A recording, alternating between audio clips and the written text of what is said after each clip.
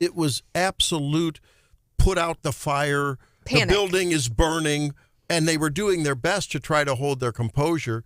But, and I happened to see this feed, and I ought to put it up on the I'll see if I can put it up on the Wake Up Mid-Missouri Facebook page of Jill. It was sort of someone looked like with a camera. I don't know who it was, because you saw a mic boom in the way, but Jill leading him off the stage on the steps on the front of the stage after it, and it looked like an aide helping a nursing home resident get to breakfast. I mean, it was the most tragic thing to see. This is the leader of the free world in total decline in front of not only America's but the world's eyes. And I have mixed emotions. It's like it's anger that the people around him would let him do that. It's like elder abuse. It's sad. It makes me worried about between now and when the next president, probably President Trump, takes office. We are in one of the most vulnerable spots this country has been in. Will China pull the trigger on a Taiwan blockade?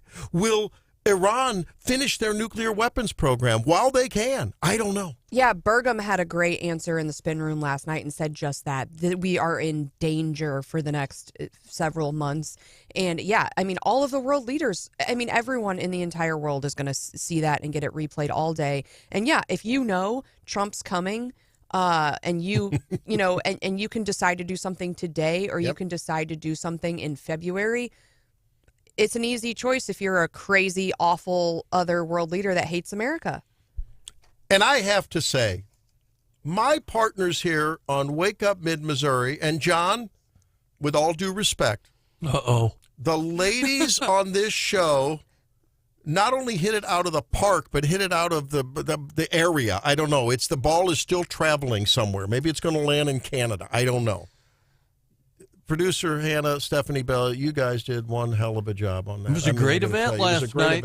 Well, thanks. And we have to give a shout out to our friends Megan and Mark, who helped us on the ground there at Lakeside. Yeah, Mark was such a master. And Megan, great job. If you have to plan an event, they made it so easy on us. We also, need to give a shout out to the weather, because it was beautiful. No joke. I was driving home, or back to Columbia, back to the station, my second home, and it started to sprinkle. Just a little bit. And it didn't ever materialize into any rain. Yeah. But I just thought to myself, I'm like, perfect timing. If it's going to do it, let it come down. Let it pour. And I have to tell you, as I was giving away tickets with Mr. Bell, as people were coming in, and we were having some fun. And y'all in our family don't know this. Maybe you do. But you drive us. You just help drive us and propel what we do every day. And I have to thank you for coming out and for just your enthusiasm. Everyone had their flags and their Trump hats and their shirts on. And there were some good shirts. Oh, there were some great shirts. And I mean to tell you, really good shirts. The enthusiasm you bring to that event, and I know that it's going on when you're listening and when you're texting and when you're calling, is just, it warms our heart, and it means the world to us. And I'm going to give a special shout out to Debbie, who said she got a call from her daughter who said, "Mom, I can't believe you're spending your birthday at a debate watch party." And she said, "I'm so happy to be here, and I'm excited." And she had a great shirt. I think it's like Trump Girl. It was so cute. And Debbie, if it was my birthday, I'd want to spend it with you, too, at a told debate her that watch. we threw her a really large birthday party. Exactly.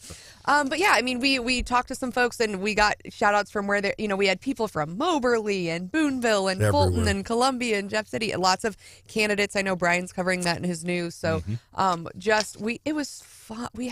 It was just fun. I mean, I think a lot of folks had just a blast with the political T-shirt party. It was hilarious.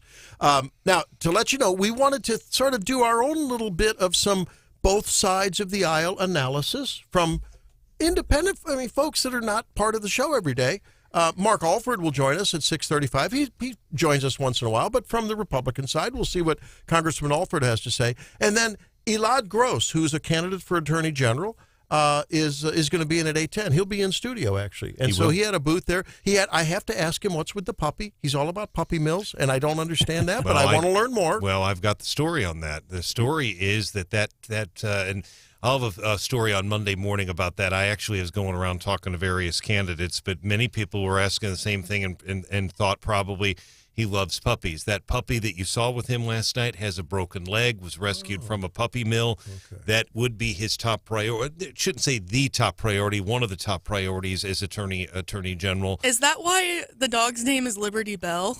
Yeah. I don't know exactly how the name got started, but it was just that puppy mill issue has come up in the state before. I don't know about Elad's status in terms of marriage or significant other, but man, he's learned a lesson fairly early in life. He's a young guy. A guy with a puppy is gonna get the gal. Well, and and it's gonna get the gal voters. I'm just saying. Especially if their last name is Bell. Right. I love the name Liberty Bell. I love a patriotic dog name. I had so many friends. Going to Truman State, I have so many friends with dogs named Truman. Sure. But yeah, if you have a patriotic dog name, let us know what it is. But Liberty Bell is pretty cute. That's pretty great. cute. And I met Amelia and Eden. I hadn't met them in person. Yeah. It was Oh, my so gosh. fun, and they were. They love They being worked on the their radio. tails off. They They were great. did. They were working hard. Yeah. Yeah. And shout out to Scott Fawn for letting us use the T-shirt cannon. I don't know if it was... And he wrestled Randy for the popcorn. Yes. Did you see that? Did you catch that? I did win that battle, actually, the race to the popcorn. If you were there and you took some photos, would you text them Yes, to us please. at 573-874-9390? We had a great time, or you can send them to us on Facebook. But yeah, I wish I would have and I'm the picture girl, but we were I so know. busy and we were having so much fun that We didn't even get a group photo. So I was having some fun as Mr. Bell and I, and Helene was with me, and we were handing out tickets for the straw poll, which you will announce later, right? I have one more box to count. And we're Yep. counting the boxes to see among the attendees who they think will be the next governor of the state of Missouri. So we were handing out tickets because, and we would ask how many people in the car, and then say 2 or 3. And after I gave them their 3 tickets and told them the rules of the game, and I said, and if you identify as a Democrat, you get the rest of the roll because this is a vote after. And one woman said, I am a Democrat. It was great. She said, how'd you know? And she said, you think it's the Prius? I said, No, but I think Or the funny hairdo. There were more Democrats there than you probably realize. There were. I mean, and I think it's important that that's the whole theme that Elad Gross had last night. Is he was campaigning clearly in very Republican territory. I mean, our audience, let's face it, probably I would guesstimate our audience is probably 95% Republican on both of the stations. I may be low on that. But we or do libertarian. There are some libertarians, but there are Democrats who, and our news, is my opinion, is right down the line, and we try to be very fair and we get them on. Obviously, there's super majorities in the General Assembly, but he was campaigning here, and I was watching some of the reaction. People were very respectful. They were listening to him, but that's not a gimmick. Him with that dog, I want to make that very clear. It's very passionate. He is taking that very seriously. I thought there was something else that was very interesting last night that's worth mentioning, and that is the fact that there were a lot of legislative candidates last night. That is a big deal because we can talk all we want about the presidential race, very important, no question, Senate race, governor's race, but those legislative seats in terms of the impact on your daily lives, folks, I got news for you. What they do in Jeff City has more impact on your daily life than the 2 men on the podium last night. Several candidates were there, that's and there the were truth. There were representatives of some of the candidates, but Kurt Schaefer was there. Bob Onder was there. I mean, the candidates themselves were there. And David Tyson Smith was there. Yeah. One of my very favorite moments, our big boss, Carla, was there as well. And I know, our sphincter tightens when we see Carla. We know that. She's the boss. She was more excited for the event than I think even we were. Right? It was great. As far as legislative candidates go, I think we're going to miss Representative Reich. And she works hard. She works hard on cleaning the voter rolls. She's very principled. But her other big pet project is unclaimed property. And she marches right up to Carla and said, did you know Zimmer has unclaimed property? And before I came to this event, I printed it out. And she whips it out of her bag and she goes, you got to claim your unclaimed property. And I mean, that type of work before you come to an event, to care about who's going to be there and care about your constituents, I think it was a funny moment. But also, I mean, it's just she's dedicated to these causes. And That's I think, and Brian, you bring up your everyday life, right? I mean, get your unclaimed property, folks. That's a huge deal. And the other thing that she's right. pushing, and Chris Kelly reached out to me, those tornadoes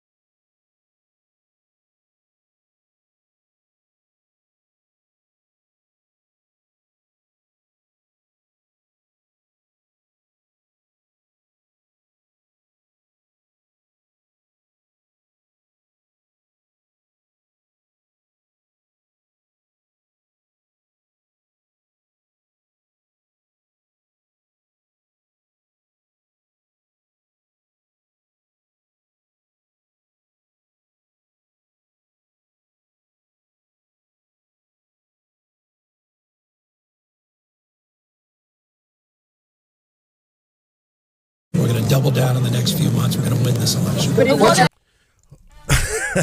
Well, that's Gavin Newsom in the post-debate spin room, and here is Stephanie Bell with the daily D.C. rundown. I don't think it's uncommon that after Biden opens his mouth, I have more questions than I do answers, and the same is true for last night. I have so many questions after last night. Will he actually be the candidate? And again, Gavin Newsom was basically leading the Democrat surrogates in the spin room, front and center. He's attractive. He's articulate. He's poised and I think ready to go. And actually got asked, would you take the call? And he kind of, we are, fully behind President Biden. Yeah, I don't think that's the same conversation happening in the back rooms, Randy. But he's a slick white guy from California. How does that look juxtaposed to leapfrogging over Kamala Harris? How's that looking optically? It would be tough for the Democrats, but it's going to be, it's what do they don't have any other options. Right. Biden looked terrible. So Michelle? Well, she's been She more hates active Biden. lately as well. And then you've got Hillary hanging out in the wings too. God help us. All right. So, I have that question, who will they try to replace him with, or will they try to replace him? I have a question. There's a second debate on the calendar, Yeah. Will that ever happen? Yeah. I think that's a really fair question, John. If I'm Biden's people, I say no. And if you recall, all of these rules and this, people said this is unprecedented to have a debate this early. This was all Biden's people's idea. They wanted to have this He's debate. the one that challenged him initially. Exactly. And they wanted to kind of put the nail in the coffin and say, look, Biden's, and not in the way that they actually did, but Biden's fine.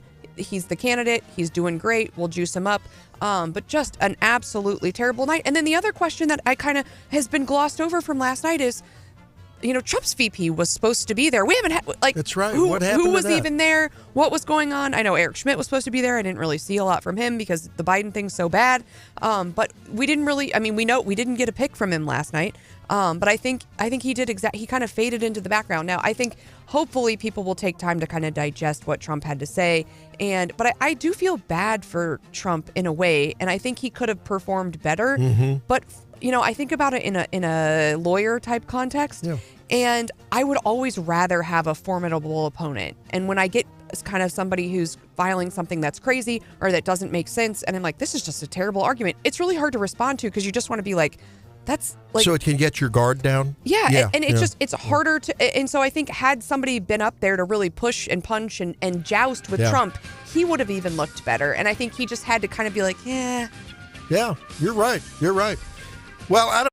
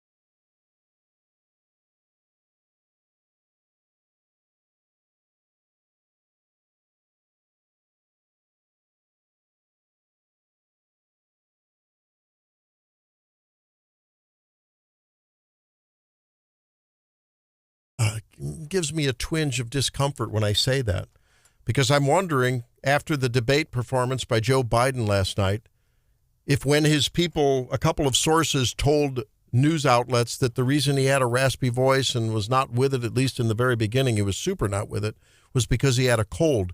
Wonder if they heard that right. Was it maybe they were questioning whether he was cold, if you know what I mean? He just, from the jump, he just didn't look good. And his voice was weird. It's almost like, when after somebody does like anesthesia and they pull the tube out and you got that weird rasp? Yeah. It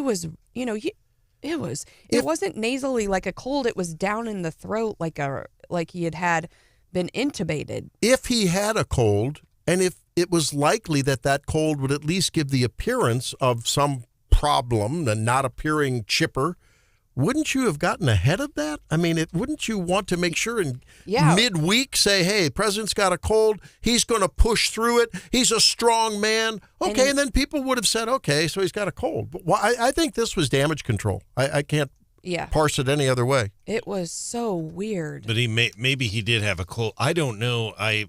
I do think if he did have a cold, you'd want to put that out ahead of time. Yeah. I don't think there'd be anything wrong with that. But if I mean, you're right, Brian. And I mean, the other thing that I think is really scary, I mean, if you're a Democrat elected official, if you're, Cori Bush, and she's safe in her district, she might not be safe, but Democrats are safe in that district. The district's safe for Dems. But if you're in a closer district, you might, think about how many people Trump pulled over the finish line in 2016 in close races. I mean, you need the top of the ticket sometimes in those close districts to help you out. And if you're somebody that's in one of those, you're thinking, he might actually hurt me. Well, and Stephanie's point is so well taken. I remind folks that Donald Trump won the state by 19 points in 2016, 19. If you go back and look at Roy Blunt and Jason Kander, Blunt won 53. Bottom line, Roy Blunt will not probably like me saying it, but I'm going to go ahead and say it. Donald Trump helped push Roy Blunt over the top. He did. 100%. And that's why Eric Greitens won the governor's race, because Koster would have beat him. It still remains to be seen whether the tails, assuming Trump does sail to victory, whether his coattails are going to be that long. I don't know, because some of the primaries, his endorsed candidates have not done as well as you would like to think. But that just goes to show you this country is not as red as it used to be. It is more purple in more and more places. That is because the growth of government that tends to make people more and more dependent, more and more entitled. That's part of the reality, So what are you going to say? Now, let's do some analysis with someone who we know and love out of the congressional district number 4 here, and that is Congressman Mark. Oh, we're waiting for Congressman Mark Alford. This is listener Mark. I thought Congressman Mark's supposed to be joining us, so we'll wait for him to call. But listener Mark has a comment. 573-874-9390. By the way, Hannah, you have the results of the straw poll for governor that participants last night engaged in, right? You have that. When are we going to release that? I do. We'll probably cover that at 7:10. 7:10. We'll be releasing the straw poll for Missouri's governor that you all participated in if you were there. And if you weren't, well, we'll forgive you this time, but we'll expect you to be there next time. I mean, absolutely. Okay, here's caller Mark. How you doing, Mark? Pretty good. You all right? Yeah, what's going on? I've got some expert commentary from 100 years ago about this debate. Mark Twain said that you should never argue with stupid people because they'll drag you down to their level and beat you with experience. Well said. Thank you, Mark. Sage words. Okay, let's think about this. The CNN folks last night doing all they could do to try to find some kernel of success for the other side than Trump. One guy he read off their fact checking, and they claim on CNN.com, this is basically a summary of what they said on air last night, 30 false claims on Thursday's debate from Donald Trump and at least 9 false or misleading claims from Biden. Here's a list of some of the claims that they claim were false from Trump. Included his assertions that Democrat-led states allow babies to be executed after birth. Well, the previous governor of Virginia did, in fact, say that, and he was, I think, a pediatric neurologist, well, after the baby's born, the mom and the baby sit there and decide. I think what he meant was probably in cases where we know a baby is fatally, congenitally affected, there's essentially a DNR decision that's made. To be fair, okay, to be fair. I think that's different than being executed. I think that's different. He said also, every legal scholar and everybody in general wanted Roe versus Wade overturned. Of course, the polls would tend to say that actually, I think a small majority of people do want Roe to be maintained. There were, quote, no terror attacks during his presidency, which is not true. Iran didn't fund terror groups during his presidency. The U.S. has provided more aid to Ukraine than Europe has. I think that collectively may be actually true. So they were going full in to try to go after Trump. They disputed his claim that House Speaker Nancy Pelosi turned down 10,000 National Guard troops. And then they got to Biden, at least 9 false or misleading claims. He used false numbers while describing 2 of his key Medicare policies. He did say we undid. What did he say? We undid Medicare. Remember something like that, all right? And then he Trump just sort of trailed off on that one. And I think Trump's like, yeah, you're right. You undid a lot of stuff. And that's right. Yeah, that's right. Yeah. The usual misleading figure about billionaires' tax rates, baselessly claimed that Trump wanted to eliminate Social Security, falsely said the unemployment rate was 15% when he took office. But I think more than anything, it was that just vacant lapse early, along with just the stares, the optics. I mean, this was a Kennedy-Nixon debate moment. It was about the optics of that vacant stare, Brian. Well, and I think, too, that, and again, who knows how, some of that is really complex in terms of those fact checks and stuff, and I don't know exactly the specific details on all of them, but the moderators did get criticized by both sides of the aisle last night. I saw some things on Twitter about fact-checking, but I can tell you when you're doing an interview, a live interview, and you're trying to think of the next question, it's darn near impossible it is impossible to darn near fact-check everything anybody says. If we have council people come on this show, it's very hard to fact-check everything they're saying in real time. I don't think people... Just trust me out there, folks, for those of you criticizing the moderators about this, if you were sitting in their chairs and trying to think of the next question, it'd be hard to do that. I think no matter what questions they ask the moderators, we're going to get criticized nonetheless. Shouldn't we compliment the moderators? I was pleasantly surprised. Say? I think you're right, Hannah. I mean, I thought this morning we'd wake up and a lot of the story would be about how terrible they were, and we are not hardly talking about them at all. And even with the microphone thing, I thought it was going to bother me a lot. It really didn't. No, they were pretty subdued. And they, again, they focused on they were criticized by progressives for not asking about J6 during the first 30 minutes, but they asked about a number of things. I thought overall it was pretty well done, and but again, it's in terms of this idea of fact checking in real time, that is just I think that's very hard to do. It just is. Well, and without cutting into their time. And I thought that Jake Tapper did try to. Donald Trump did a brilliant rhetorical move politically when they asked him about J6, and he just would not answer the question. He kept answering the answer, which was on J6 inflation was 1.4%, whatever he said. On J6 the borders were tight, and he focused people on the difference, the stark contrast between the results of the Biden administration versus the results of my administration, Trump's. And then he did get around to answering J6 after Tapper came around and pressed him on it. And Tapper did the right thing by pressing it. That was an appropriate question to ask, and I thought he answered that. And he did bring up Pelosi, and he talked about that video that Pelosi's daughter did in the car, so that was brought up as well. Yeah. So we do have some of that sound, and I'm going to get that here. And the here. texter is on fire this morning. I liked this comment from Sean. He said, while listening to Trump, Biden looked like he was taking instructions from voices in his head. Yes, that's well said, he said, I think. Yeah. Kind of like robots in old sci-fi movies. And it was just this weird vacant thing. But yeah, I mean, if he would have had a little earpiece, that would make more sense. He was kind of hunched over, and it was weird. You bring up the earpiece. I wasn't the only one who, at one point, I saw him scratching his ear, Now we're putting the tinfoil hat on. His head cocked a little bit, head towards the right shoulder. He scratches his right ear. And then he immediately went to writing something down.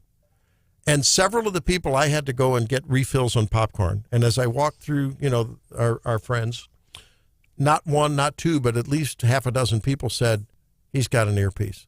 I don't know, because now you can get Bluetooth almost invisible in the ear, hearing aid kind of things.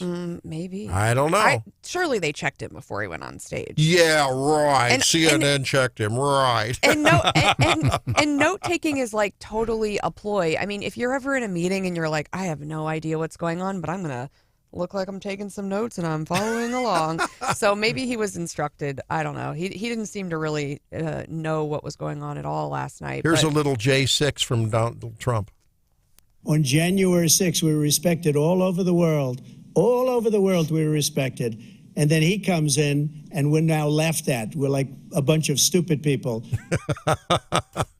I wondered for a while if Trump maybe denigrated the country too much. I mean, even people who don't like Biden still know that this country is the last great hope of freedom in this world, right? And you can go a little too far sometimes, I think, with the, this country is a third world country. It's a banana republic. And I think if you subtract out, John, the hyperbole that is Donald Trump, I think most people would probably process that okay.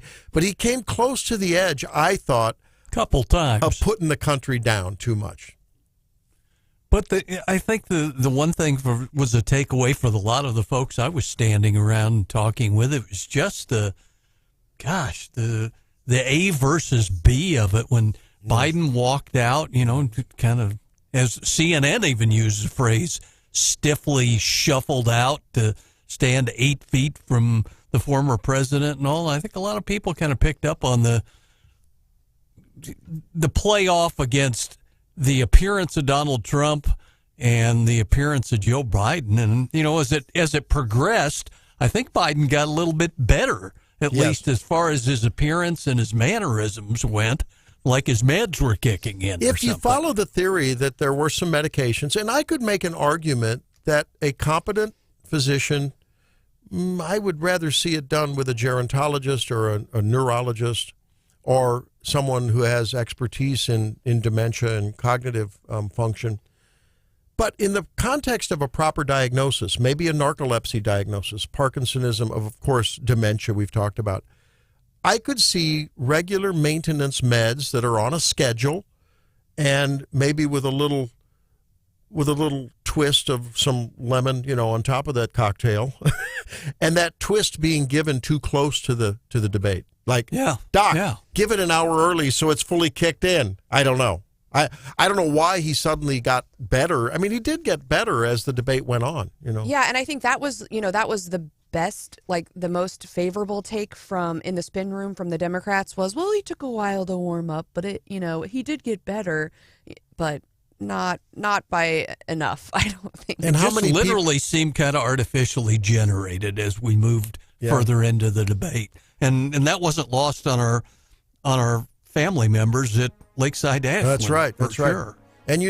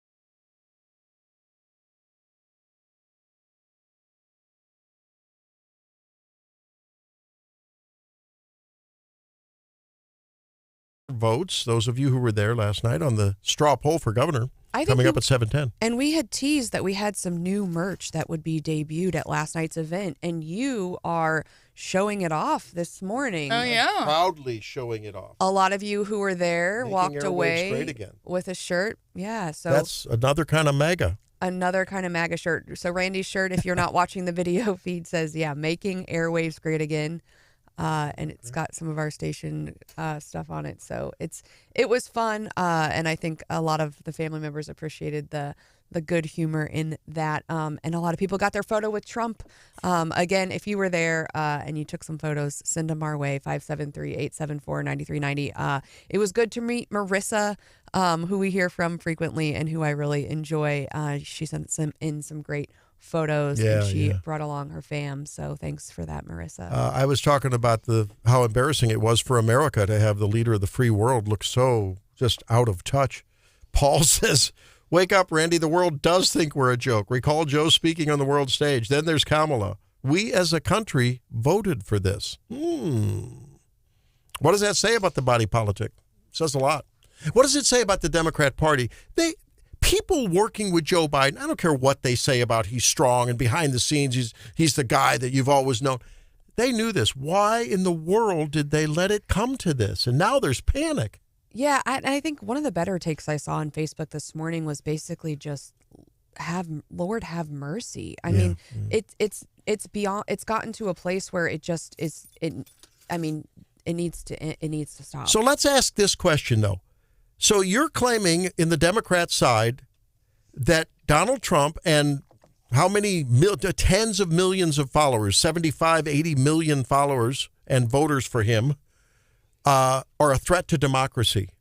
How much of a threat to democracy is it now if you have suddenly an open convention because a few party bosses decide that those people, those electors or delegates for the Democrat convention are just sort of tossed out? I mean, who's the threat to democracy? Yeah, think that through. Well, and I don't. In the last election, I mean, I'm not sure how many people actually voted for Joe Biden as opposed to how many people voted against Donald Trump. It's a good point. Well said. And so it's going to be tough for the Democrats, and the polling is bearing that out. And I mean, can you imagine the polls next week? I mean, if I'm a Democrat, I'm voting for RFK. I think I'm still probably.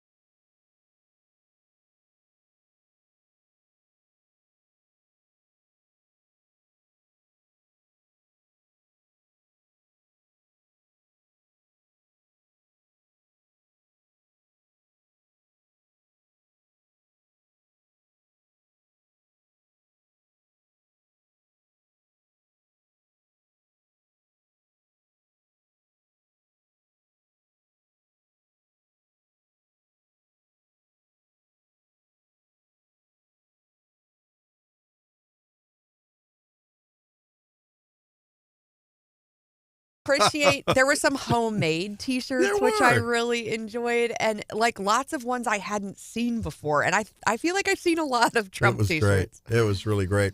And, of course, the popcorn was flowing out there and the butter on top of the popcorn, the concession stands going. I had a very lovely adult beverage Yeah. It's that so I much quite fun. enjoyed.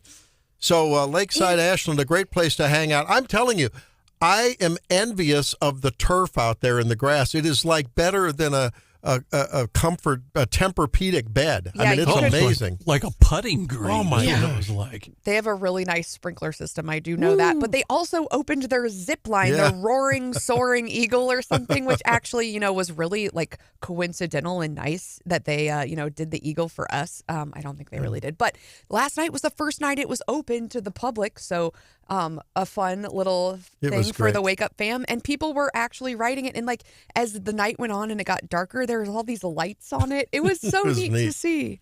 And something else fun that we did, of course, as folks walked in, we gave you little white tickets. We did a little straw poll for the Missouri governor's race. I just clicked the post button on the results. So you have the results. I have the results. The results are in. What were the options? So I had a bucket for Lieutenant Governor Mike Kehoe, Yes. Secretary of State Jay Ashcroft, and Senator Bill Eigel. And then we also had like a undecided / someone else Okay. bucket. The winner Is of Yes. the straw poll I'm the interested. suspense is overwhelming here. with 47% of the vote, Wow. Lieutenant Governor Mike Kehoe. Wow. About that. Second place was Secretary of State Jay Ashcroft with 31%. Mm-hmm. And then Senator Eigel with 19%. Wow, that's significant. And the other bucket had very few tickets in it. It was only 3%. You mean So- people who will spend their birthday at the debate watch party have made up their mind about the gubernatorial debate? I know. So I was pleasant, or I don't know. I know we didn't get everyone's vote. Yeah. We tried our best. But looking at the total number of votes that we had, just blown away by how many Wake Up family members came and hung out with us. Literally hundreds of people showed up really, for this. really so cool to just put a lot of times a face with the name on the text or whoever Yeah, that was calls. fun. Yeah. That was so much fun. Well, and we've been saying this is the most important election, but I really feel like we witnessed a historic moment that, 10, like you say, Randy, you like to bring up, you were talking about like the Marco Rubio with the sweaty water bottle. And, there are these moments in time that we look back on that were like, that changed the trajectory of the future of, the electorate, the race, the whatever. And I think, we will be talking about last night 5 years from now and 10 years from now in that changed the trajectory of 2020. You know what else was fun? As Chris and Helene and I were given tickets for the straw poll as people were coming in the back seat of the cars, sometimes in the front seat of the cars. I know sitting next to us, 3 young people sitting right next to us, 3 guys that are going to go into business management and various things that are clearly free market, the other one was entrepreneurship, and it's heartwarming to see. And I told them so. It's great to see young people when their parents were with them. I said, bringing them up in the right way. But, These kids it's great came to by see that. themselves Yes. because they had matching shirts. That's what stood out to me. They walked up and I was doing the, look around for an older person that was with them, and there wasn't. They came on their own, which I loved. And some of the kids were Ashland based, I'll just say. So we were raising Well, them. we won't hold that against Right. them. I saw a cute picture too with some Salter Lawn Service chairs. So we are doing the right thing here in Mid-Mo. But it was nice to see kids, and I do. I mean, we talked, and we want to give a shout. I will say thank you to KOMU. They came out and did some live shots as well. And when I was talking to them, I said, it's important. It's really important. I think that people get educated on the issues and educated on the candidates. And that's why we do events like this, not just so we can kind of have fun today about it, but to really listen to what they had to say, because it matters. And I think, these young folks we see this all the time, Randy, and you like your woke busting. They get on the street and they're like, especially when you get into the Israel stuff, and and they have no idea what they're talking about. The only thing they do is watch social media. So to see these young folks coming in and sitting for an hour and a half to really listen to what the candidates have to say and not just look at TikTok, I think was fabulous. Yeah. I did make a note to myself, though. I think the crowd did. I'm surprised that the crowd got it wrong. But, one of the questions we asked, we had some audience participation stuff, and, how long will it take for Joe Biden to mention convicted felon? And there was overwhelming agreement that it would be less than 15 minutes. Some people shouted out 15 seconds. I timed it. It was right at about 44 minutes, almost 3/4 of an hour into it, that it took him to finally mention convicted felon. Here's another reason why it was a very sad day for Joe Biden. Making sure that we're able to make every single solitary person eligible for what I've been able to do with the COVID. With dealing with everything we have to do with. Look, if we finally beat Medicare. Thank you, President Biden. President Trump? Well, he's right. He did beat Medicare. He beat it to death, and he's destroying Medicare. So, that was clearly another moment of just absence. Just one of the family members I was standing next to related to me right after that. He said his father-in-law was going through some pretty serious cognitive challenges himself right now, and he called out the Trump family and said, the Biden family, and said, you put your father, your grandfather through all this, and we wouldn't do that with ours. And we said, yeah, the stakes are a whole lot higher, but that was kind of a heartfelt comment that I think kind of related to a lot of people. And mind you, this is on 7 days rest. That's right. Right? He sat out for 7 days. Total focus on not at the White House, not running the government, thank goodness, taking a nap for 7 days. And you get that? Well, yeah, and I know a lot of times we kind of poke fun at Biden. He says some silly things. It's sometimes a little funny when he trips on something. But last night I just had painful. It was, yes, that's a great word. I had a pit in my stomach the whole time. It's kind of embarrassing, but I got teary-eyed at one point of just, it's scary, right, that this person is our commander-in-chief. But also how incredibly sad that all of the people in his life who claim to love and care about him have not taken him out of the limelight. By the same token, hold that thought. We're going to talk to Jimmy. I have a by the same token comment. Hang on. Jimmy, what's on your mind this morning on Wake Up Mid-Missouri? Welcome in. Yeah, I thought that President Biden was extremely effective when he pointed out that Trump wouldn't even allow an abortion in the cases when a woman's raped by an in-law or their sister. If I heard that right, I thought that's what he said, that Trump wouldn't allow that. I guess that's a new category. No, I think thanks for the call. I actually thought that was another moment of the question was about abortion. And before you know it, Joe's trying to somehow connect the murder of these young girls, Rachel Moran up in Maryland, and then down in Houston, the young girl, the 12-year-old, and Rachel was not a young girl. She was a woman with, 4 or 5 children. But he somehow tried to connect that to, I guess, if you get raped by an illegal immigrant, then why would you want to not have an exception? But Trump had already said he's okay with exceptions, just like Ronald Reagan was good with exceptions, And I thought Trump handled that about as well as you can handle that very hot button issue. Yeah, and Biden, that should have been Biden taking it away. Democrats here in Missouri, across the nation, they're fighting that battle in many states. That's their number one issue. And so Biden should have just, he should have killed on that answer, and it was not great for him. He just lost it. So on that, by the same token, we talked about how tragic it is and how can his family let him do this, and is it, we've joked about, is this elder abuse? On the other hand, I have people come into my office very often, and docs out there will know about it. If you've had relatives, they will ask you, when they get into their 50s, sometimes 50s and 60s, and, hey, I'm really worried about myself. I can't remember the person that I really knew well at high school, and I just saw them at the mall. I wonder if I'm losing it. Most people, as they slip into any level of cognitive decline or memory lapse, most people have some self-awareness. And this is when I go from compassion for Joe to a little bit of anger and maybe even contempt. This is where a life of nothing but politics, ambition and ego have taken over what should be a better sense of self-awareness at some point, probably before now. I think he's beyond that point now. I'll be honest with you.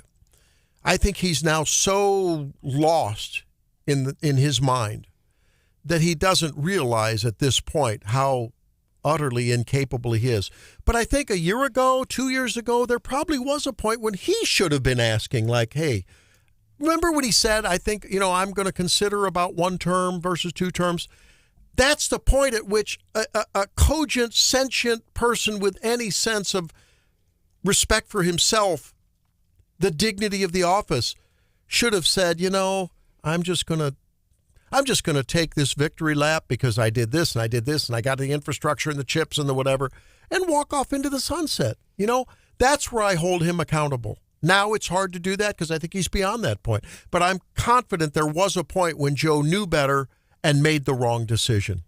I am with you on that, Randy. And I don't really remember at this point like a young Joe Biden. And someone posted a clip on Twitter, and the comparison, because he used to be really sharp, and and Trump set him up, I think, in a really strategic way. Yes. And you even heard it from his surrogates. We heard it from Eric Schmidt even saying, "Look, Biden is good on the debate stage. He has performed well in the past. We should not underestimate him." So then you kind of raise the bar. And that's what we've been hearing from Trump all along.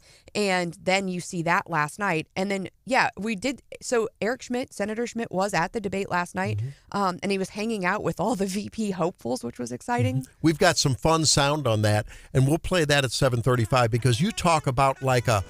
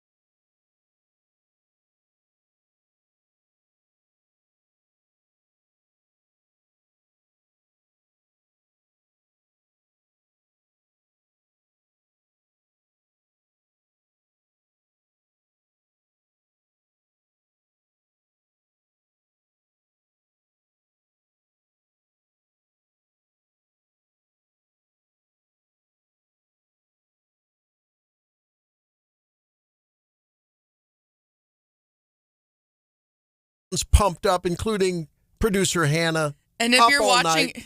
and if you're watching us on the Facebook Live or YouTube Live video feed this morning, we all look slightly dead inside. I'm on my but we're fifth here. cup of coffee. You've got your zero sugar Dr. Pepper. You've got your energy drink, right? John, I got a new one today. John, you got your caffeine palooza there, whatever. Oh, I'm about my 9th cup of coffee since I got here. Marsh's mustache is starting to curl. That's how much caffeine he's had this morning. It's even turning back to brown. There you go. What's hot with Hannah? You know, because everyone loves it when I talk about Travis Kelce so much, this is one of those moments where, like, if there's ever been something that you figured out and you feel really silly because it took you way too long in life to figure out, Travis Kelce had one of those moments on the New Heights podcast this week, and here was his, big revelation. I also found out over the summer that it's Alice in Wonderland, not Alice in Wonderland. You thought it was Alice in Wonderland? Yeah, I thought Alice in Wonderland was like the name. Oh, my. Did you ever... We've watched the movie, though. You know her name wasn't Allison. I thought it was. Not one time did I catch that, dude. So... He's a football player. Cut him some slack. Man. You know, one of Taylor Swift's new songs about Travis has a line that says, "You know how to ball. I know Aristotle." So just kind of playing off of their differences. Yeah. And listen, I love Travis Kelce, but this was priceless. Oh, my goodness. I want to know, is there anything that maybe you can think of in your life that you found out and you feel like it took you way too long to figure it out? You know, maybe you're an adult. So like the misheard song lyrics, Elton John with the headlights on the highway and all that kind of stuff? Yeah. So trying to think. Yeah, there's I know several like we that. might have to cover it in the next segment. Yeah. So I'll give you some time to ponder. There's a lot of things like that. I mean, you never run out of things that you thought were absolutely crystal clear in your mind and you were 180 degrees wrong. It happens. It happens. Alice in Wonderland. When we come back, Eric Schmidt, I think, has made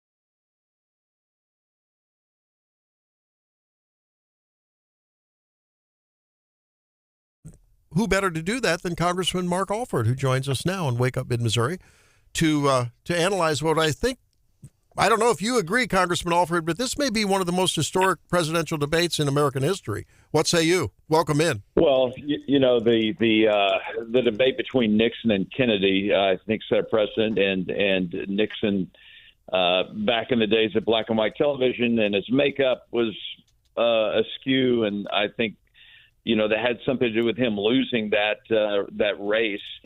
But I think this debate will be studied for many years to come in journalism classes and marketing classes and political classes, because this debate is really, it spells toast for Joe Biden when it comes to reelection. It is time to take away the keys.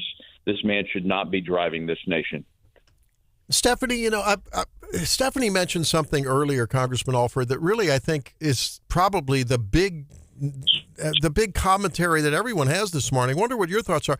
It answered one question last night, right? And that is Joe Biden competent? I think even the CNN and MSNBCers of the world say no. But it launched more questions. What do they do now? How do they do it? Who slips in if they do it? And you know what the big it is. That's giving Joe the hook. What do you think's going to happen? Well, that is the $24,000 question right now. I don't really know what they do. I'm sure they have a plan for getting someone in there, and maybe that's why they had the debate so early, and they insisted on that, because this is the earliest we've had a presidential debate.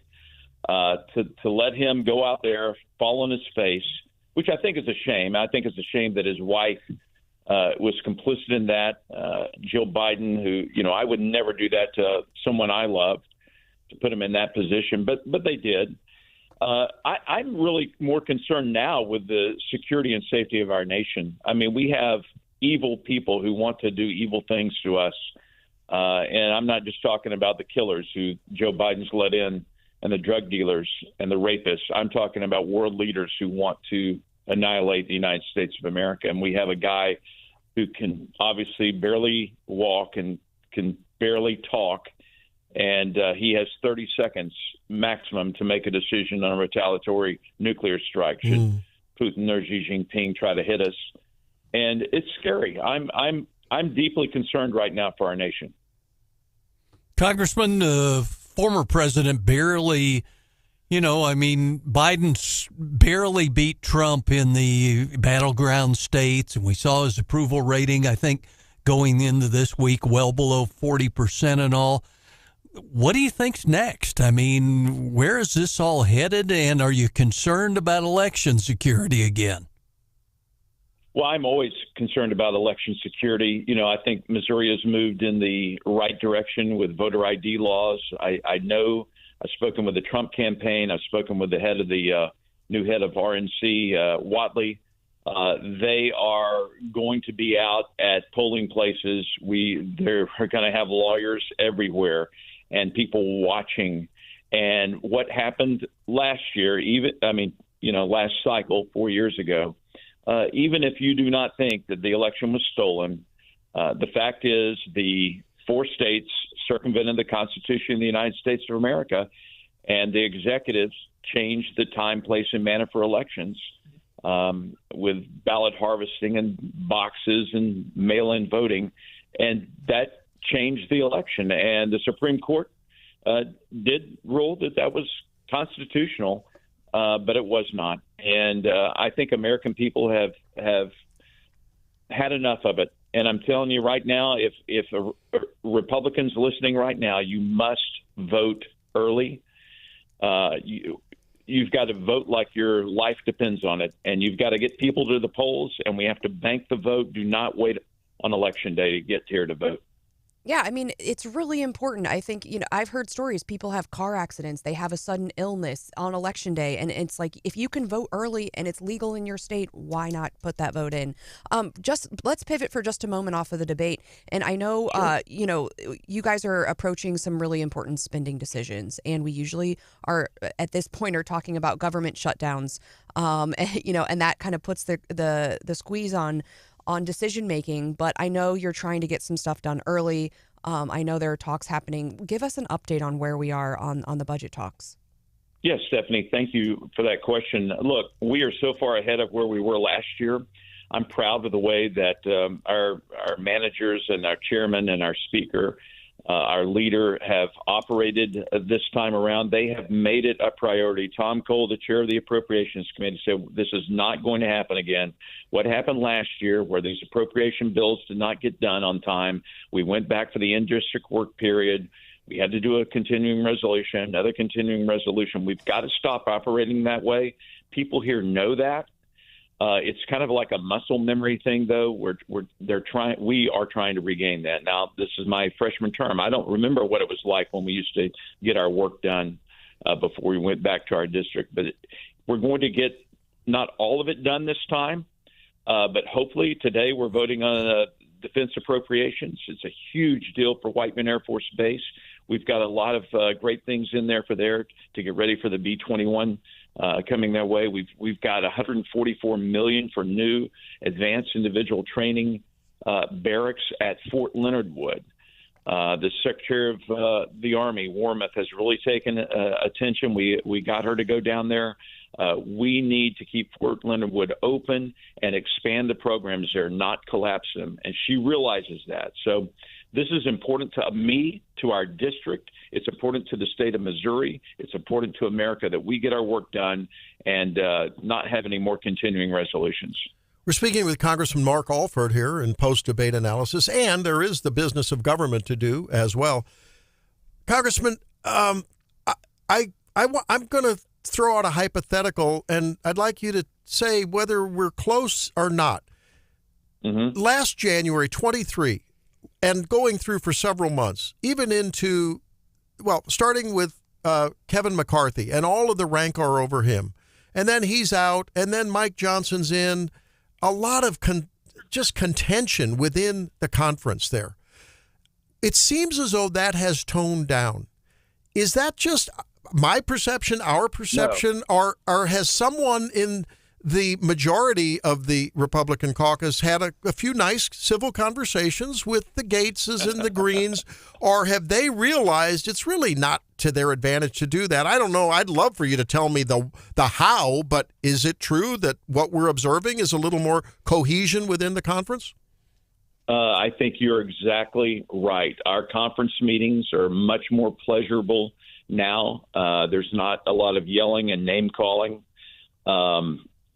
I don't talk to Matt on a regular basis. I saw Lauren Boebert yesterday and congratulated her. I don't always agree on how, she conducts herself, but she's got to represent her people and do it in her way. And so we have a lot of big personalities here, let's put it that way. And not just us, on the Democrat side as well, but I am concerned, and I was concerned about the temperature level that it was getting, and the temperature has been turned down. There are many more people are playing nice now and talking, and that's a good thing. We need to work together.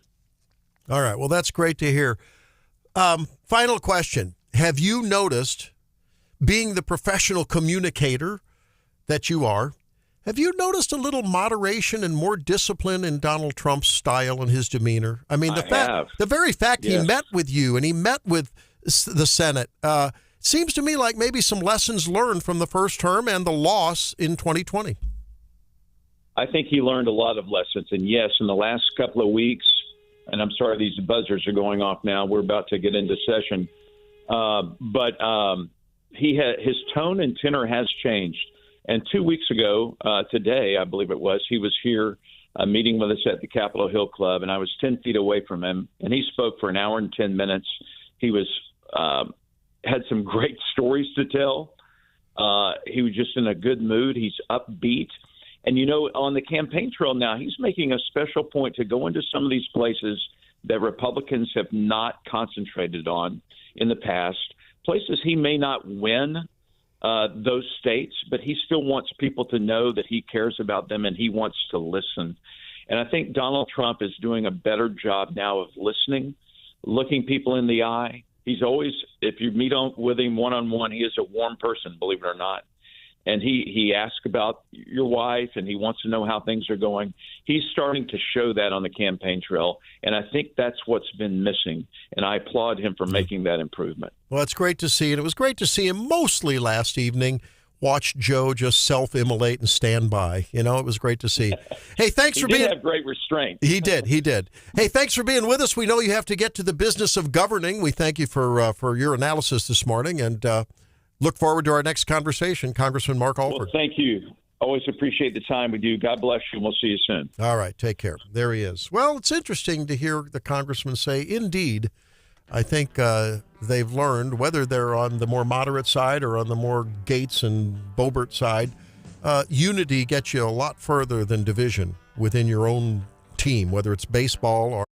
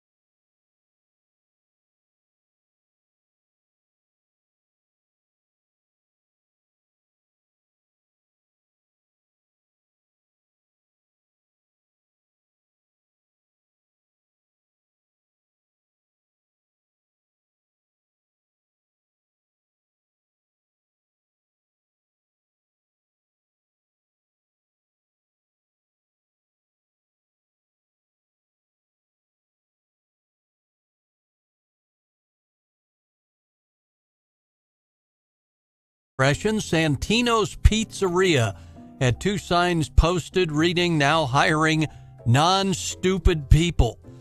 The non-stupid signs are drawing attention. One guy decided he'd retaliate, posting on social media. He ordered $110 worth of pizza from Santino's without paying, then never picked them up, and said, well, they should have taken a card for an order over $60. I guess they shouldn't hire stupid people, and their pizza sucks, by the way. Santino's said they took the $110 prank order to one of the homeless shelters, and the folks there were grateful for the food. Santino's owner related to the TV station in Columbus that the signs were actually prompted by one young employee recently who made a pizza using a cardboard packing circle instead of an actual dough pizza crust. Oh. And now you know the rest of that not-so-tasty story. Oh, my goodness. Well, I guess that's one way to get your fiber. I don't pretty, know. Pretty good on the fiber routine. Maybe we go visit the DNC today. Is that what sign they have? We're looking for non-stupid candidate this morning. There you go. But a sign on the door of the White House simply says, "Now hiring." Yeah, right. You know, speaking of food and eating and pizzas, why did Joe Biden go to a Waffle House after the debate last night? Because Waffle House is fire. And it's open late. Strategically, though. He probably was trying to appear relatable. And old people love Waffle House. I love Waffle House. Well, it was bar closed by the time he got there, so you know. I don't know. It just, and you know, there wasn't a lot of excitement among the crowd at the Waffle House. Well, and plus, you go to the Waffle House when you need to soak up the things that you've ingested, right? When you had too much to drink, Waffle House is a good place to go. Is that what you do? I've not done that. Is that the place to go and sort of? Every college town has like a late night diner that's at 2 a.m. That's where kids go. I didn't know that. I just learned something. I'll have to ask Sammy. House, oh yeah, Sammy and Shannon if they've done that. So Biden had, he was trying to get enough food in his system to wash out all the juice they gave him. Yeah, all the prednisone and the Ritalin was kind of. He had to get some extra waffles. Yeah, Evan says Waffle House is amazing. Evan, you're right. Oh no, it's great, but I never put it together. Was sort of soak up the juice. Okay, and I don't mean the pancake syrup. Okay, now so we promised you the Eric Schmidt thing, and this was just interesting because Stephanie, you found this, and this is like going to the political bar and ordering the top shelf of everything. I just want top shelf gin. I want Whistle Pig bourbon. I want, Blanton. Let's make it even better. I want, 15-year-old, 20-year-old Macallan, if you're a Scotch drinker. You know what I mean. And then Eric was on this bus on the way to the debate. Mm-hmm. I guess so they could be there in the spin room. And he posted this on his social media. Yeah, it's pretty cool. I guess so they could be there in the spin room. And he posted this on his social media. Yeah, it's pretty cool. I guess so they could be there after the spin. Look, I did it again. Randy's got us up on his Facebook feed. Now, do I have in a tab? How did that work? Yep. I don't know. Is that look for your Facebook feed? Come on, tab. Joe. Do I have the wrong? Come on, man. Let's try it again. Bus do I have the wrong? On the way to the spin room. I don't see Facebook up here anywhere. Okay, well, we'll get it right. Just stare blankly into the camera, Randy, and everybody will feel sorry for you. Wait a minute. This is embarrassing. No, we had come on. a late night. Oh, yeah, we did. Just start opening your tabs and reclosing them. Give me a break here. I mean, come on, Hannah, man. It's at the top of the audio page if you can grab it. Come on, man. Give me a break here. Schmidt is making the Senate cool again, though, because he's literally on this bus. It looks like one of those party buses you're on at a wedding. I got it. And it's all or just a trolley. Oh, yeah. This is good stuff. Here we go. Surrogate bus on the way to the spin room. I'm going to flip this around. JD, what are you expecting tonight? Hey, man, we're going to have a good night tonight. We're all here supporting the next president of the United States. But look, it's a very simple contrast. Trump was a good president. Biden's a bad president. I think he hammers that message. He's going to do very well. Boom. Marco, what are you expecting? Marco. Big night. People are going to realize that we were a lot better under Trump than we were under Biden. All right. Tim Scott, what do you say? 4 more years. 4 more years. Means low inflation, low unemployment, and high enthusiasm. Someone say, praise the Lord. What we got? What we got? President Trump is going to win overwhelmingly. The American people are going to see a weakened, feckless, and failed Joe Biden. Yes. Mark Wayne Mullen, what do we got? Everything they said, I agree with. Marsha Blackburn, what do we got? We have the Donald Trump approach to economic development. Less regulation plus less taxation plus less litigation equals more innovation, job creation. Boom! That is what the American Tennessee says. Tennessee is spoken. Somebody Burgum that. Burgum. Here's Burgum. Doug, what do we got? Well, we got a President Trump heading back to the White House. All right, so there it is. I mean, man, that was the top shelf. And how many vice presidential contenders there? 5? Amazing. Yeah, it's amazing. Well, it was a good night for the GOP, but let's not spike the ball too soon, because guess who's going to join us in just a few minutes? Elad Gross from the other side of the fence on Wake Up Mid-Missouri.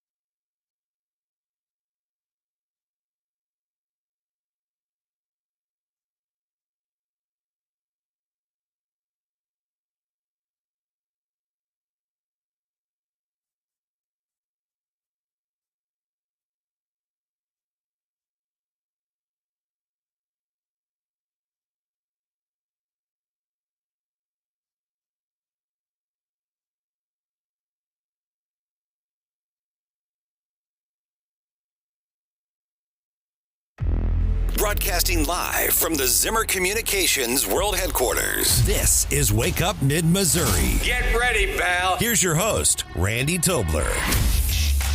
Well, it's a momentous day in America. No matter what side of the fence you're on, I think after perhaps one of the most historic debates in our history, including the Kennedy-Nixon debate, way back when, before anyone else in the studio was even a glint in their parents' eyes. And so we thought we'd try to bring analysis from both sides of the fence. We talked to Congressman Mark Alford earlier, and now we bring Elad Gross, who's a candidate for Attorney General, and from the left side of the fence, well, the Democrat side of the fence. That doesn't necessarily mean left, does it, Elad? Welcome into Wake Up Mid-Missouri. Well, thank you very much for having me. Very happy to be here. And thank you for coming out to the event last night at the debate party. I mean, I think it was the debate watch. It was really cool to see you there. Yeah, I had a great time. We got to talk to a whole lot of folks, and I thought that was a really cool event. Yeah. Really great idea. So tell us a little bit. I want to hear about your interactions with some of the folks, and how that went. I think that might be interesting to pull back the curtain on some of those discussions, because you were in enemy territory after all. No, I'm kidding you. But we thank you for coming in this morning. Not a whole ton of Biden shirts there, that's for sure. I know. Yeah, right. Although I was joking, as we were giving tickets for our gubernatorial straw poll, and people were coming in, I'd look in the car and say, I see 3 people there, so I'll give you 3 tickets. But if you identify as Democrats, you get the whole roll, because that's the way you guys vote. That's the Illinois rule, I think. Yeah, right. Yeah, and one lady said, I actually am a Democrat. And she said, you must have known that because it's the Prius I'm driving, so we had a lot of fun. So tell us a little bit about Elad Gross. Yeah, so I was born here in Missouri. I'm from St. Louis. I previously served as an assistant attorney general in Missouri. Before then, so I grew up in University City, for those who know St. Louis, and then moved into the Clayton School District for high school. State champion in football, actually. That's our one big year, and for all those in the Webb City area, sorry about it, but we took that banner down for you. And then, I ended up going to WashU for law school, worked at the Attorney General's office while I was there, and loved it. Under which Attorney General? That was Chris Koster was the Attorney General at the time. Yeah, so, I ended up there, worked in a couple different divisions. My first day as an Assistant Attorney General, I was given 1,300 workers' compensation cases. Oh, my. And I got a little cupcake that came with it, and they said, welcome to public service in the state of Missouri. Holy cow. So, I got a lot of experience very quickly, ended up doing trials, appeals all over the state, federal, and today I practice mostly civil rights law. I sued the government quite a bit, and also enforce Missouri Sunshine Law against government entities that don't want us to see where money's going right now. So that's a big passion of mine, is to make sure that people can see what our government is doing, and that way our government is more responsive to us. So let's just cut to the chase. What was your overall assessment of last night's debate? We'll just ask a very open, general question. Yeah, I didn't think it was good. I thought it was bad, and it's unfortunate. For both? For one? You're seeing. I think you can talk about in terms of presentation and who was a little bit more forceful, and I think that certainly was coming out. But the problem is I was trying to listen to the content of what people were discussing, and it was difficult. It was just a difficult thing to watch overall. So I think that a lot of the substantive debate, the discussions that we probably need to have as a country, especially at this critical moment when we have to decide, really, in this whole, everything's changing very quickly, and it's a scary time. I would have liked to see a lot more substantive discussion about that rather than people's golf handicaps during the debate, I think. Just my view. That was a very veiled way for Trump to talk about handicaps cognitively. Anyway. We're talking with Elad Gross here on Wake Up Mid-Missouri. Elad, what would be your recommendation to the DNC this morning if you were in the decision-making phase of this? How do the Dems go forward? Well, I think that we really need to be talking about issues that are impacting folks. I talk a lot about items, issues that we're seeing here in Missouri, and they're pretty localized. We talk a lot about solutions that are workable, things that we can put in place pretty quickly that are effective to actually help people. Costs are up. I was talking to a lot of folks, and inflation is a really big deal, and that's impacting a lot of people and their lifestyles, their ability to make ends meet. And I think that we really need to focus on solutions to those problems rather than, kind of this big shock debate, whatever it might be. It seems like more like we're talking about like a Super Bowl rather than talking about the future of our country right now. And I think that's probably not a great place for us to be right now. So, I don't know. I don't really talk to the National Democrats all that much anyway, so they can have their conversations with themselves, I suppose. I understand. Elad Gross is our guest, and he is the Democratic nominee for Missouri Attorney General. He is going to be the Democratic nominee in November. The Republican nominee will either be the current Attorney General Andrew Bailey, or Will Scharf. Elad, it's good to see you. I appreciate you. I saw you last night, and you are running for Attorney General. And I'll have a story probably Monday and Tuesday. I have a lot of audio with you. And you talked about your priorities with me last night. You have a dog with you here in studio, and I took a picture of that and tweeted the dog. That dog, on a serious note, had a broken leg. Yeah. And puppy mills that's a big issue to you.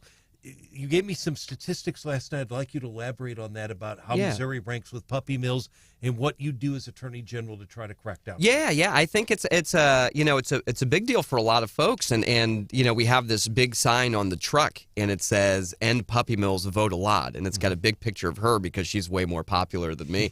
And the number of people who came up, right, who maybe don't agree with me on every issue, but 100% they're agreeing on that. Missouri, for the 12th year in a row, is the #1 state for puppy mills in the entire country. And this is after we already voted on this issue. Like, this is an issue that was before the people. We put it on the ballot. It was passed as a proposition rather than an amendment. So instead of changing our Constitution, it was put in as a law. And unfortunately, our legislature weakened that quite a bit. And so we are still #1 in the entire country. And these are abusive breeding facilities. They pack hundreds of dogs sometimes. In her situation, she's got a broken leg.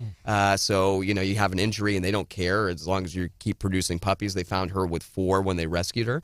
And in some of these places, they actually cut the dog's vocal cords because they're in residential areas. So that way you can't hear all of the barking. And these things, it's unfortunate that Missouri is known for this. It's another list that we don't want to be on. And we need some serious enforcement on that issue. But it's another example of how a lot of folks are coming to Missouri right now and exploiting our state because there's not much enforcement. There's a lot of lax laws here on a whole bunch of different things, and that's a problem. And I think we've got to make sure that folks know that if you're going to come here to Missouri and do bad things, we are going to hold you accountable, and that's what the Attorney General should be doing. All right, we've got this video feed going, and Miss Liberty is just out of the shot. So anyway, folks, if you're watching on the feed, there she is. Yeah. Oh, she's always here. Don't worry. Yeah. So last night, you know, obviously many of the Wake Up fams, conservative, you're there. Republicans swept the statewide offices in Missouri, and I think many people expect them to do that again this fall. Well, I do not. Is there? Well, so when you're talking to conservatives, is there a path forward for a statewide Democrat? Yeah, I think so. Look, if you look back at, there was a time where the Democrats ran everything. And in the 70s, there was a young guy who was running for attorney general. His name was Jack Danforth. And he was talking about how extreme the situation has gotten, how corrupt people have gotten because there's one party rule and there's not much accountability in that system. And although all of the other office, governor, everything else, it went Democrat again, the attorney general's office flipped. And I think that, folks, when you have it, I think it's true either way. When you see any state where you've got one party that is in full control of everything and has been for a while because there's not much competition, I don't think that helps any of us. And I think you start to see that people who are growing accustomed to having power, trying to maintain that power at all costs. And that's where you get some really bad policy decisions. So when I talk to folks, look, I talk to them about the basic things that office should be doing right now that it's not doing. We should be suing scammers. We should be protecting our families. We should be going after corruption in our government right now. And I talk to a lot of Republicans all around the state. My goal is to talk to folks that I don't agree with on every issue to see what their ideas are, and maybe I'll change mine too. But we have some really great conversations, and all of those issues I just mentioned, that's not a partisan thing. And the Attorney General's office, in my view, shouldn't be a partisan office anyway. We should be hiring the best lawyer who's going to represent us the best and make sure that we have an advocate in our government. That's my view. That's Elad Gross. He's the Democratic nominee for Attorney General here in Missouri. What about the extremely difficult job of people? I think of my mom who got scammed. Someone called her, told her that someone was in the hospital, and they took over her computer. My brother walks in on her 2 hours later, several $1,000s lost. How do you, is it possible to track these people down? We understand they use these dynamic IPs, and are the tools getting better for that kind of an activity or not? That's exact. So the problem in this whole area is that the scammers' technology advances so much faster than what the government enforcement is doing. And so if you don't invest in that from the government side or the law enforcement side, then you have some serious problems. And so right now at the Attorney General's office, we're at half the staff that we were when I was there. So you don't even have the people to deal with these issues right now. So much less the technology. Right, correct. So if we're not, and I mean, Missouri was at the cutting edge in dealing with some of this stuff. So when Jay Nixon was governor, one of the things he started was the do not call list. And it was so popular that the federal government said, hey, we're going to start one too. Missouri, we were at the forefront of all of this, and we need to get back to that. One proposal that I have is to help collect this evidence in real time, because a lot of this is happening on our phones. Now there's AI that's doing this too, is to have the Missouri Attorney General app, as long as that acronym isn't trademarked by a former president. And if it isn't, then I want to start that app. And that app would allow you to, one, get notifications about issues so you watch out, because education is extremely important in this area. But two, if somebody is calling you or you're getting texts or emails, all of this is coming to our phone. You can hit a button, collect the evidence, send it straight to a prosecutor at the Attorney General's office, and we can go after these folks in real time and at least prevent you from losing all of that money during the period when someone says, hey, go to the bank, go get your money out, go get these gift cards, whatever it might be. You're on a thread. I'm going to challenge you. Oh, boy. I have two attorneys in the room. Here we go. I'm going to speak for every man, every non-involved in the justice system man. Yes. You talk about being able to get the receipts that are needed to process. Everyone I talk to who's been involved in civil litigation or a call to the Attorney General for that matter, it's almost hopeless. People are like, yes, I know it's going to take years. I know they're going to blow me off. I know the system is really geared for just making sure that lawyers and judges stay in business. That's what I hear. Yeah. I want to see some swift, certain action. Yes.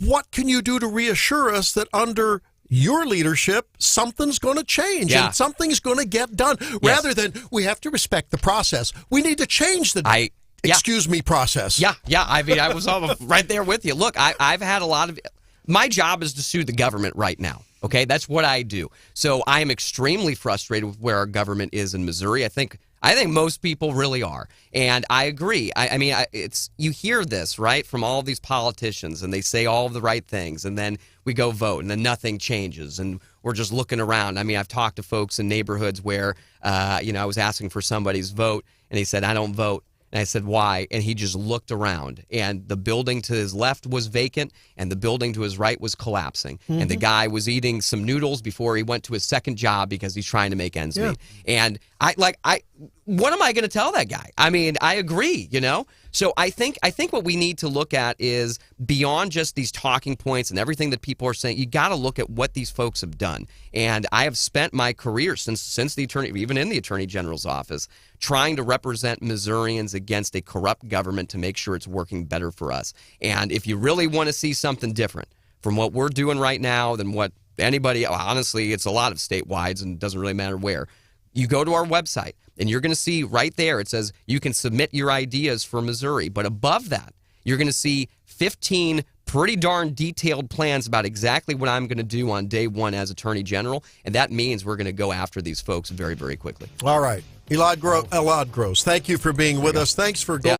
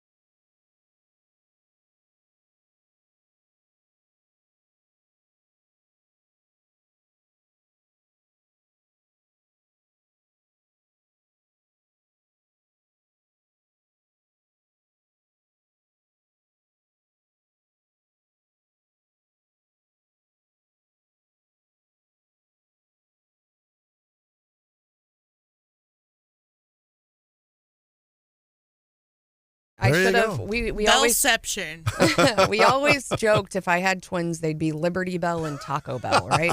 All right, there's so many jokes there. All right, okay. So yesterday, and I think we're going to see a positive bump. I think business folks want a change. I think the economy is doing terribly, and I think the bump, any sort of bump for Trump means a bump for the market. Is how I'm going to predict this. Now, of course, this is not financial advice, and all of the disclaimers. Okay.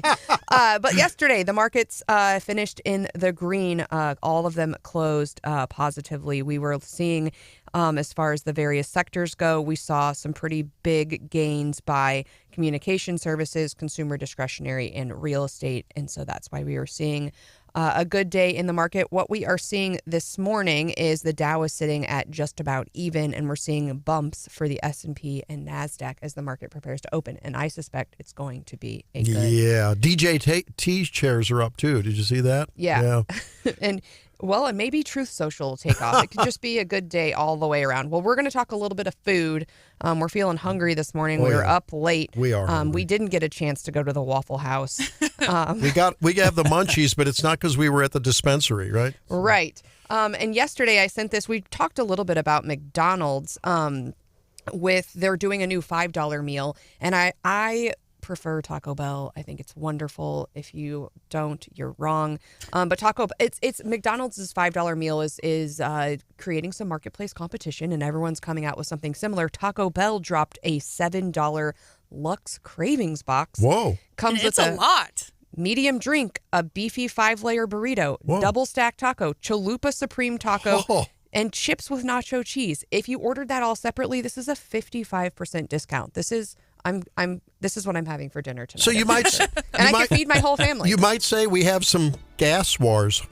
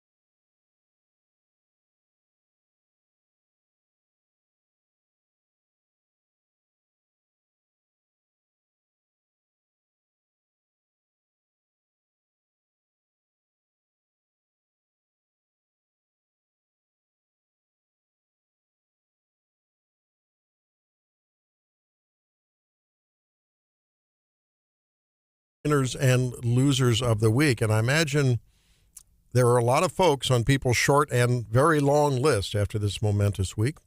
Let's start with Mr. John Marsh. John, winners and losers. I've got 2 losers. How's that sound? Wow. Started off that way. Brian can do 9 winners. We'll all be equal. Lebanon woman accused of poisoning her husband's soft drinks with bug killer and herbicide. 47-year-old Michelle Peters of Lebanon now facing felony assault charges, and her story even made the national news this morning. Here's another loser, the one we reported. Kansas City Public School District now decided the minimum grade on any given assignment for any kid in any grade level, now 40%, not 0, even if the student didn't do a single bit of the work. Wow. That's unbelievable, I'm telling you. All right, let's see who's up next. Stephanie, who you got? Ooh, I might pull a Brian and just do winners. Oh, wow. All related to last night. I'm going to say one of my winners was Debbie. It was her birthday last night, and she decided a good way to celebrate her birthday was watching the debate with us. The young kids that showed up, Yeah. I say kids, they're college, I think freshmen in college, coming out to get informed and celebrate the debate. I love to see it and was appreciative that they were there. I will say my other winners were Megan and Mark. Two folks. Mark's in charge of basically all the technology, and Megan does the marketing out there at Lakeside. And of course, Nick Parks. We've had him on the show before. He is the owner, and he had the vision for Lakeside Ashland. And I think it was a great venue for our event last night. And I'm appreciative of people in our community who kind of have the thought to see something and make it a reality. And and man, it's getting more fun by the day. They opened the Roaring Eagle zip line, and that was really neat. And of course, they're showing Top Gun tonight. So, oh yeah, man, what a great film, and what a fabulous venue. I'm telling you, if you're having a hard time sleeping, just go out there and ask them if you can just lay on the beautiful grass. It's about 4 inches tall, and it's like a luscious mattress full of airy wonderfulness. It's a beautiful thing. This is getting weird, right? Okay, go ahead. And they have their irrigation system out there too. Well, they actually have an irrigation, and it is top notch. When Nick does something, it's top notch, very, and very that nice. screen is phenomenal. I mean, if all of the putting greens were like that, you could have a handicap as good as President Biden's. Oh, beautiful turf. Whoever's doing it out there, come out to my lawn. I've got molehills and crabgrass. I don't know. I need a lot of grass help. Oh, there's dispensaries around. What say you? I also have a couple winners. I also have a Mark who was involved in last night's event. But Mark Ellinger was a huge help last night. Of course, all the members of the show helped us set up and tear down last night, even after it got late.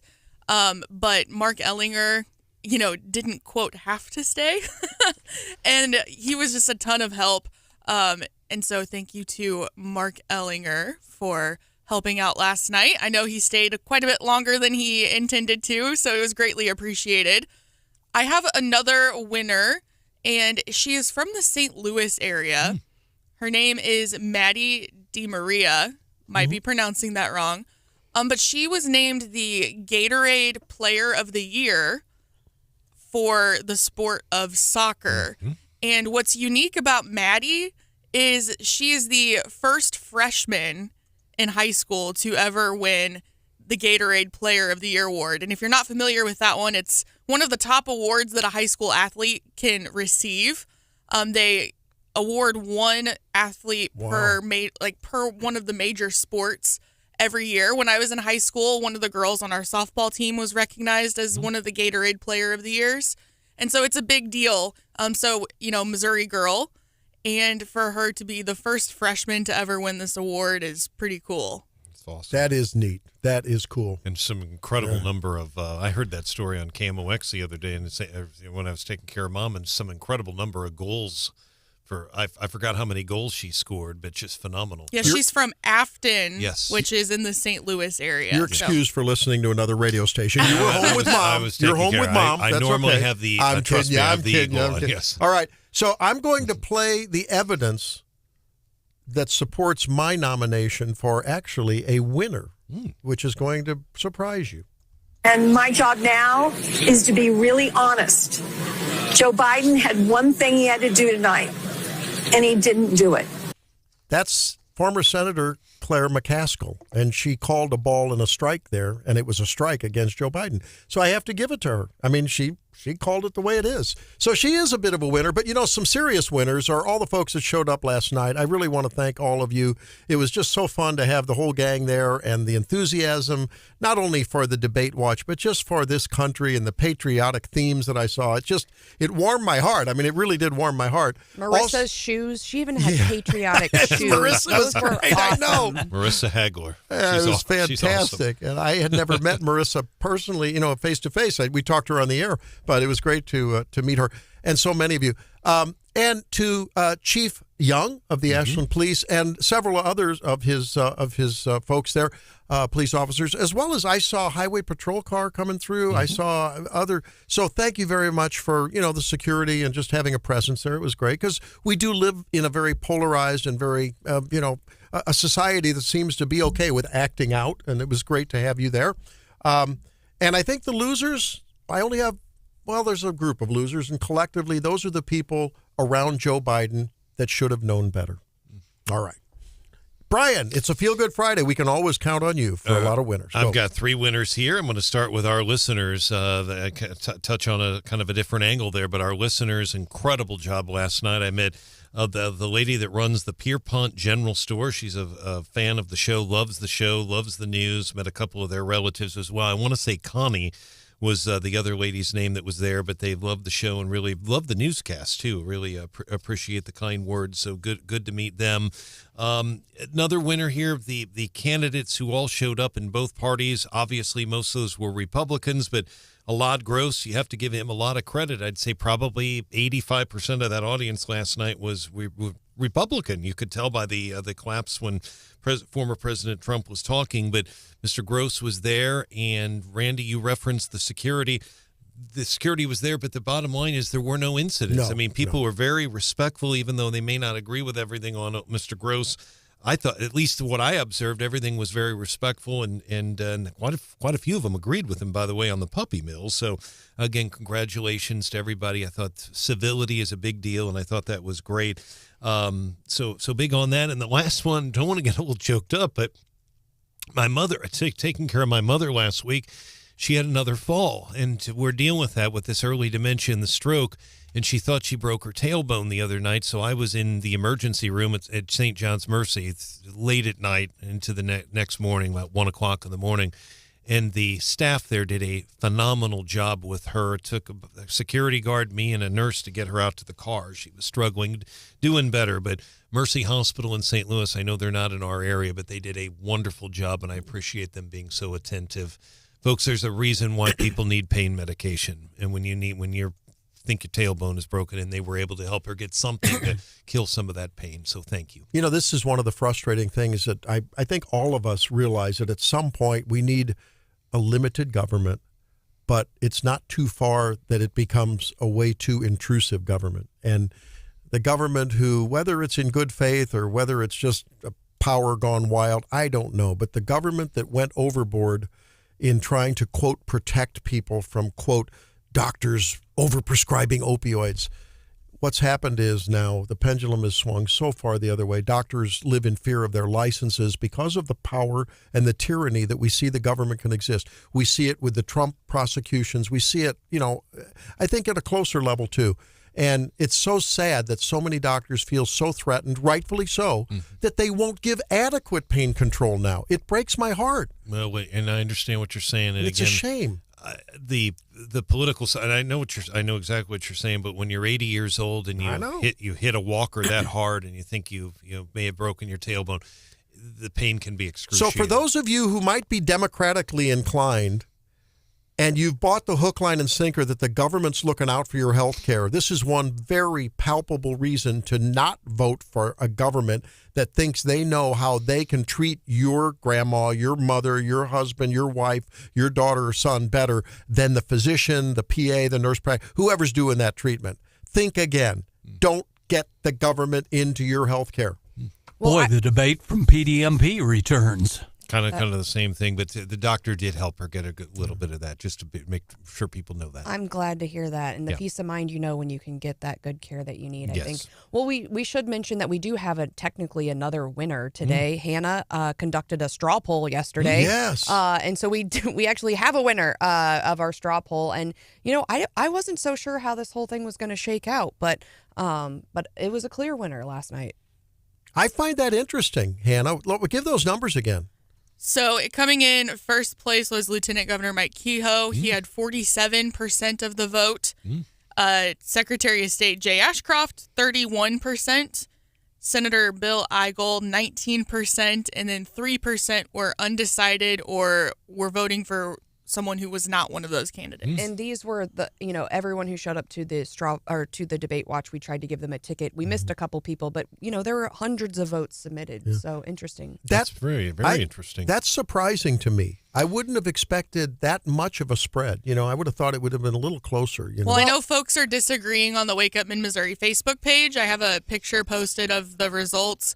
A couple folks are disagreeing quite strongly with the results, so you can go weigh in on the Wake Up Facebook page. You should have come out to the debate watch and voted. But I think the other surprising thing there, too, was to see Bill Eigel's numbers, because I think at the public polling we've been seeing, it shows him much lower than that. And I think he is going to surprise people. I think he's still going to lose, but I think he will surprise people with his number. Yeah, and he's definitely popular with our audience as well. But you bring up a very good point. But that the audience that was there last night, those are almost all News Radio 950 KWS and 93.9 The Eagle, very regular listeners. There were a lot of people from Jeff City there as well. I met people from St. Peter's Catholic Church, but those are obviously people that most of them vote in Republican primaries. And I thought Ashcroft, again, totally unscientific, but again, that gives you a snapshot. I thought Ashcroft's numbers would have been a little bit higher than they were in that poll, Mr. Ashcroft's numbers. But again, interesting. But kudos to everybody for turning out like that, and just the way that they behaved. And one other interesting thing, did you guys notice there was a plane that flew over Lakeside Ashland at the start? You were working on the 10, and a gentleman, I forgot his name, he listens to us all the time. He had a Trump hat on, and he knows his stuff because I've talked to him before. And he said, "Do you know who that is?" And I didn't know who it was. And he said Stan Kroenke was on the airplane that flew over Lakeside Ashland. On it, he said he had played golf, 18 holes, and gave me the guy's name. I can't remember, a business guy here in town, and was leaving town, and apparently was in town yesterday. So Mr. Kroenke was in Columbia. This gentleman, if he tells me that Mr. Kroenke was in town, I tend to think Mr. Kroenke was in town, but it flew right over. Huge plane, by the way, huge. Maybe he's shopping for a new spring training site for the Los Angeles Rams. I like it. Well, speaking of golf, though, Brian, I want to know officially, have you had a chance to fact check Joe Biden's handicap claim? I have not. You spend a lot of time on the course. And I don't even know my own handicap, but I mean, it is interesting. It goes to show you, and I know that's gotten a lot of attention, but it is probably okay a little bit in the seriousness to have a little bit of discussion on that. But we'll see what happens. I don't know, honestly, guys. I don't know what's going to happen with President Biden. I think he will be the nominee. I really do. Maybe something else will happen. I don't think so. You don't think so? I don't think he survives this. Wow. Yeah.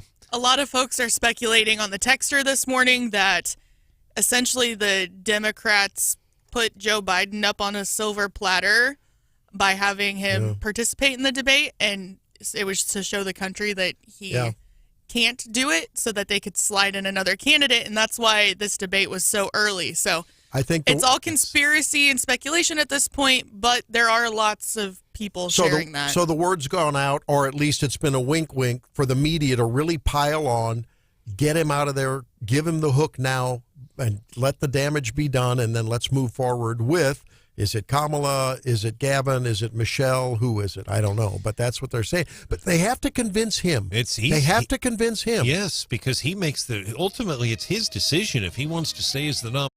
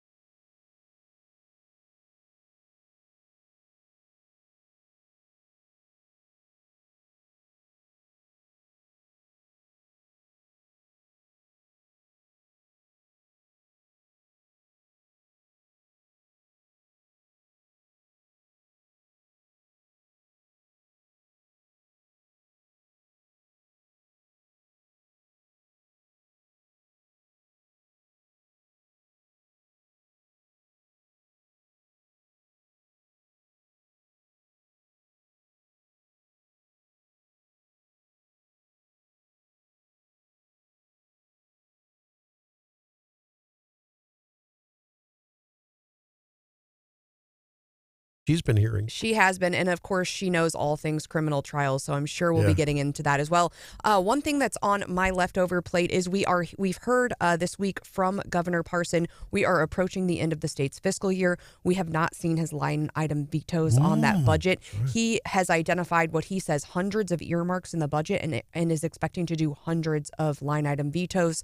If you recall last year, he whacked the budget with some line items, so much so that we had a lot of people who were not happy about the line item vetoes. And, you know, they've been touting this budget is a smaller budget. We're still going to have to do this huge supplemental. But even with it being a smaller budget, he's saying there are some vetoes coming. And so we should, whether that happens today, maybe, but here shortly. Yeah, it's going to be interesting to see because, I mean, that does ruffle some feathers when those come down, right? Mm-hmm. I mean, and a lot of people are like, grinding some teeth. Well, and I know there's some money in the budget that specifically helps Jefferson City, I think. And there's also, think about the Boone County Law Enforcement Center last year. That was something, that's, so we all have our own little pet projects in our communities, and I'm sure everyone's going to be trying to hold on to theirs. I think it's going to be interesting to see. I don't know. We got a lot of people on the text line, and thank you for all of your interaction this morning. We've tried to keep up with it. It's blown up. I mean, and I really appreciate it. A lot of people saying, are they going to get rid of Joe, and who is going to be the replacement?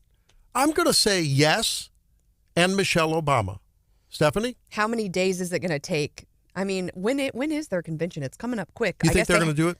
Yeah, but when will they announce that they're like? When will someone come out and be like, you know what? It's me. And who's against Trump November? Yeah. Yeah. What do you say? Oh, I think it's Newsom. John? Wow. RFK. Whoa. Hannah? Newsom. Man, he is just one dangerous dude. Look at the disaster that California is. Although I think it would tighten things up a bit, sadly. Sadly, I say that. Hey, well, thank you for being with us. If you were with us last night, hey,